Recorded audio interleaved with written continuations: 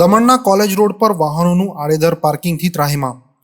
નાની દમણના મશાલ ચોક વિસ્તારથી સરકારી કોલેજ તરફ જતા રસ્તા પર દારૂના ગોડાઉનમાં લવાતા દારૂ ભરેલા ટ્રકો, ભારત ગેસ એજન્સીના સિલિન્ડર ભરેલા વાહનો તેમજ ટોરેન્ટ પાવરના કર્મચારીઓ દ્વારા પાર્ક કરાયેલા વાહનોથી ત્રાહિમામ પોકારે તેવી સ્થિતિ હાલ ઉદ્ભવી રહી છે. આ રોડની બંને બાજુએ પાર્ક કરેલા મોટા મોટા વાહનોની લાંબી કતારો જોઈ આ રોડનો પાર્કિંગ માટે ઉપયોગ વધી રહ્યું હોવાનું એક નજરે જોવા મળી રહ્યું છે.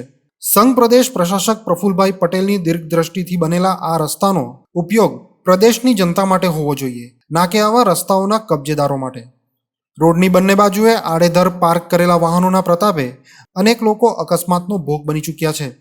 પ્રશાસન દ્વારા આવા બેખૌફ રસ્તા ઉપર પાર્ક કરાયેલા વાહનો પર સખત પગલાં ભરવા જોઈએ એવી લોકમાંગ ઉઠી રહી છે. સોશિયલ મીડિયાના મારફતે આ રોડ પર પાર્ક થયેલા વાહનોના ફોટાઓ ફરતા થતા ટ્રાફિક પોલીસ વિભાગના ઉચ્ચ અધિકારીઓ સ્થળ પર દોડી આવીને રોડની બંને બાજુએ પાર્ક કરેલા વાહનોને દૂર કરાવી બીજી વાર પાર્ક ન કરવા ચેતવણી આપી હતી. नासिक से है, नासिक से है।